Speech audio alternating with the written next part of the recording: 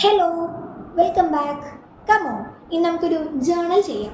ഏത് തീമിൽ ജേണൽ ചെയ്യുന്ന ആലോചിച്ചിരിക്കുമ്പോഴാണ് ഞാൻ ഈ ഒരു കമൻറ്റ് കണ്ടത്, ഒരു പേസ്റ്റൽ ഗ്രീൻ ജേണൽ ചെയ്യുമെന്ന്. പിന്നെ ഞാൻ ഒന്നും നോക്കിയില്ല, തേടിയ വള്ളി കാലിച്ചിട്ട് സന്തോഷത്തിൽ ഞാൻ ജേണൽ ചെയ്തു. ഇതിൽ ഞാനായിട്ടുണ്ടാക്കിയ ഹാൻഡ് മെയ്ഡ് സപ്ലൈസ് ഒന്നും യൂസ് ചെയ്തിട്ടില്ല. അതിന് പകരം ഞാൻ പ്രിൻ്റ് എടുത്ത കുറച്ച് ഫോട്ടോസൊക്കെ ആഡ് ചെയ്ത് ഒരു തട്ടിക്കൂട്ട് ജേണലാക്കി അഡ്ജസ്റ്റ് ചെയ്തെടുത്തിട്ടുണ്ട്.